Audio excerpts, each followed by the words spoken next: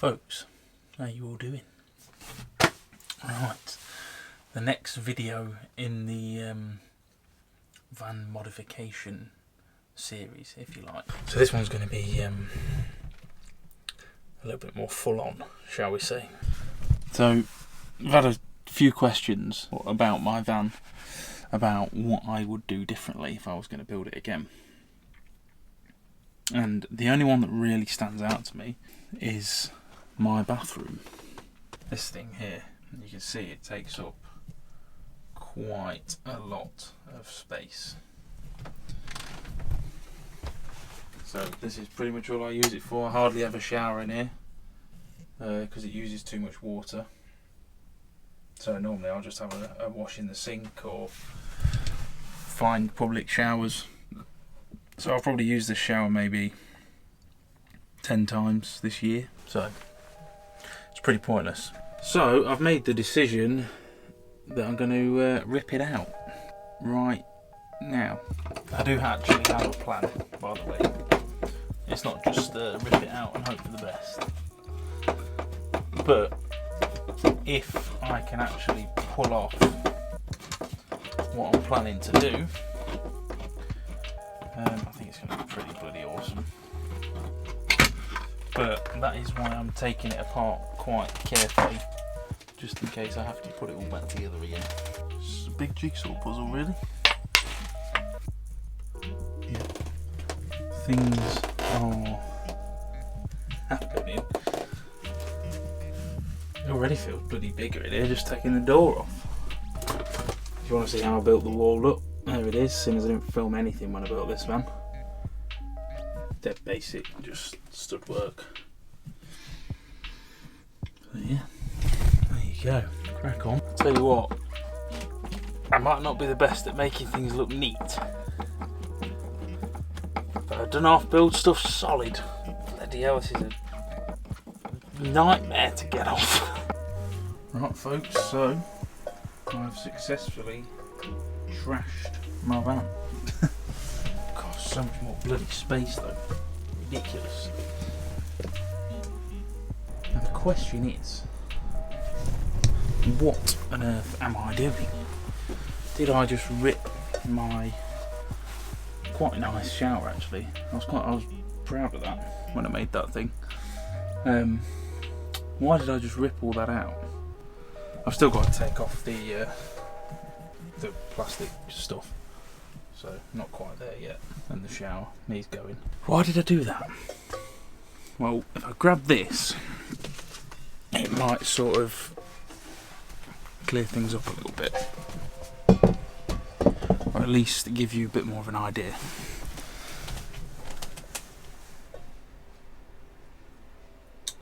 So yeah, there you go.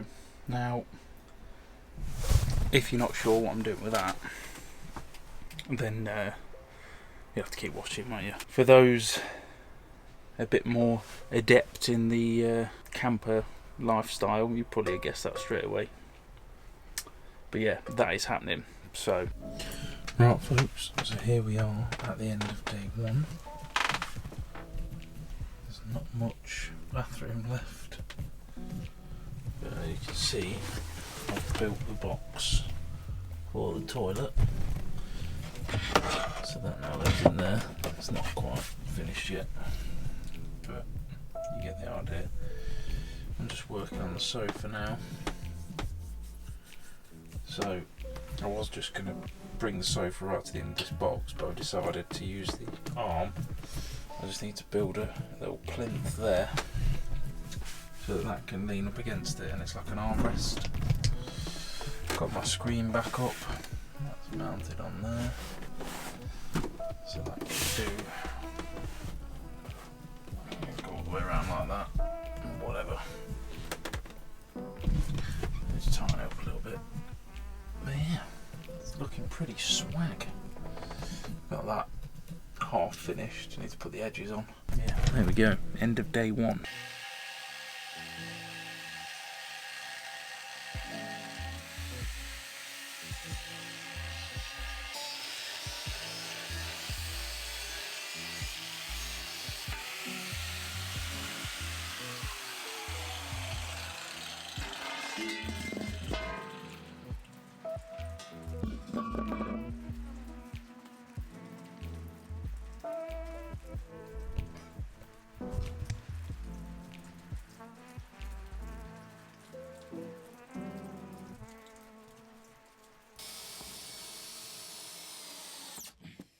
Folks, so we've skipped ahead a little bit. So where we're at now, this is where it's going to live. And bear in mind, I don't claim to know what I'm doing here, I'm just guessing, so it's trial and error. But I put this down on the back, which is cement board, so that definitely won't set on fire.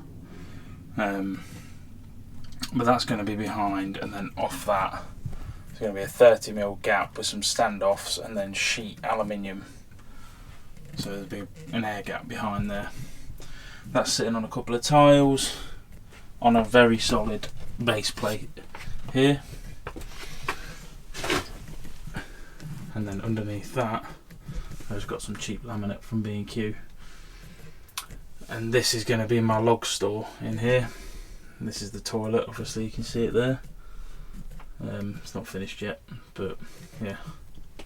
So it should be pretty good, hopefully. And I'll be able to toast marshmallows while I'm having a shit. So win-win. There we go, that's the last piece in. Because hopefully the flue is going to sort of go to here and then 45° out. Another 45° to go straight up. I can't go out the roof because obviously it's covered in solar panels. How you doing, everyone? So you're going to hate me for this, but in typical Ash Pollard fashion, I managed to not film any more of the build. So I'll have a round of applause on that one, please. What happened was, for one reason or another, the building it took a lot longer than I thought it was going to. It ended up spanning over about a month because I had various other things going on. So whenever I got a chance to work on it, it was literally just power it out for a few hours, and I didn't get a chance to film. But I did take some pictures as evidence, so you know I did in fact build it. But it's okay, I'll walk you through it now. It's very basic anyway, very basic. So this is how she turned out. So, as you can see, I got the metal on, as I said. It's just 2mm alley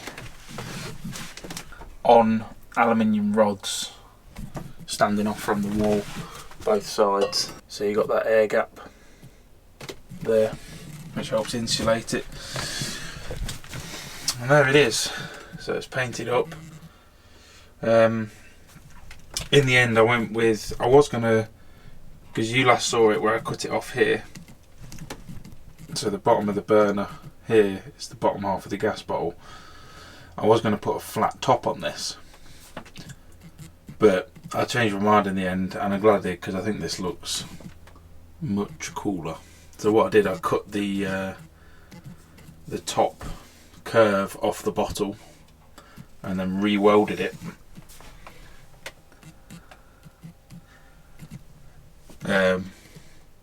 Sorry, other way around. So that's not my weld because that's perfect. That's my weld. Bit more shit, but does the job. Re-welded it on, flipped it over, and then we've basically got a small gas bowl. But the reason I did this is because then I could use the excess to make the door. So you can see that would have been the other section of bottle, because it needs to obviously be wider than the opening. So really straightforward. I left the original feet. I just, obviously this was a ring around the bottom, so I cut it open and left 3 bits so that I could screw it to the board. The air intakes, which are these things, are dead easy. It's just a circle of metal that I cut and then welded a wing nut on. I know it's not the prettiest weld in the world, but it does the job. And that is just literally some holes behind. I put a bolt into the burner like that, welded that from the inside, and then they just sit up against it like that when I want to cut the airflow off. Not the prettiest thing in the world, but they work. Moving up from that, the opening is pretty straightforward. I did put a bit of extra fire seal just around. That's fire cement, which is properly designed for these jobs. So it's high temperature stuff. The door itself, like I say, it's just the other piece of the bottle, and then I've got fire rope, fiberglass material, just to seal it off. And then the hinges are sort of welded and bolted.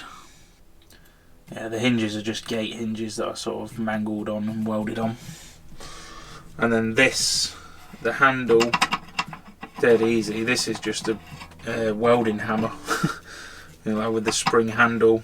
So it would have had the bit there that I cut off, and just welded a little tab on there, welded a bolt to the door, and then that just sits on this piece of metal here, which I've just cut and welded on like that. So inside there's not much to see other than this bit here, because obviously the airflow needs to go underneath the fire, otherwise it gets snuffed out. And the way that I've combated that, and also so I can get the ash out, it does need a good clean now. I won't actually light this, but this piece here is removable, and you can see all the ash inside there, and that just sits on those little tabs. Just sits on those little tabs there, look. So that comes out completely. I'll just pull it out, and then I can scoop the ash out and put it in my little bucket just there and empty it. So yeah, that's that. Nothing really else to say about it. It's just a big lump of metal, really. The flue, I didn't make the flue, I bought the flue. Just for ease, really. It's not particularly expensive for what it is, but yeah, I cut into the top of the bottle here, and then made my own collar out of some more of the metal from this. So this bit here, and then sunk that in, welded it up, and then the flue just slots into it like that.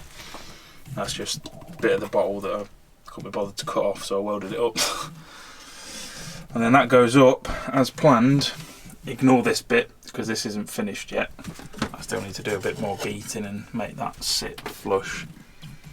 But yeah, that goes out of the wall through that slot with the 45 there, and there's another 45 behind it. And that's it. And this little thermometer thing, I literally put that on yesterday, so I've not even tested that yet.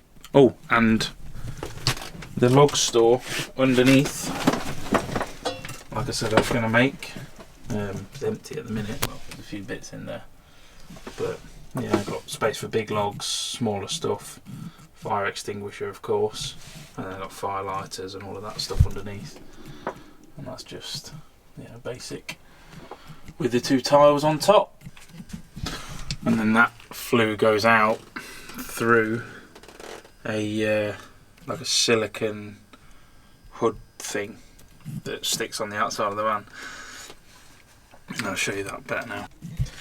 So all of my joints that I've made are all sealed up with that fire seal stuff, you can see, just to be extra safe. So you can see on the outside here, there's that thing. I need to have another go at painting it because it's all come off, because the high temperature one's in red and the low temperature one's in black, so I had to get the red one. But yeah, you can see the 45 comes out there, goes into a straight piece, and then up to the top. I just bolted it on with a, that's an exhaust hanger for a motorbike. And then the top, the rain cover thing, I didn't want one of those like big dish things up there. So all I did to cut a piece of the spare pipe and then put like a cap on it and drilled out the holes with a hole saw.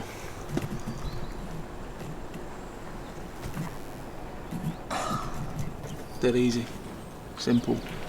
I think it doesn't look too bad at all, really. Kind of looks like some hardcore snorkel. So there you go, pretty much it. I say it's quite simple. It did take me ages to do, mainly because, as always, I was winging it and making it up as I go along, and I'm not the most efficient at welding and stuff, so you know, it's a bit trial and error, but my god is it good. I tell you, oh god, it's a game changer. Winter now, nemas problemas. I've not really used my diesel heater at all since I've had this, so it's good because this is free. I'll just go find some wood, spark it off in there, and free heat. So if only I had this last winter. So yeah, there you go, DIY log burner from a gas bottle. If you've got any questions, feel free to bang them in the comments. And just one last thing before the safety squad get involved. I've got a smoke alarm there, there's another one in the garage, and a carbon monoxide alarm just there, which I test every single time before I start the log burner. So yeah, don't comment that. Already taken care of. Right, see you later.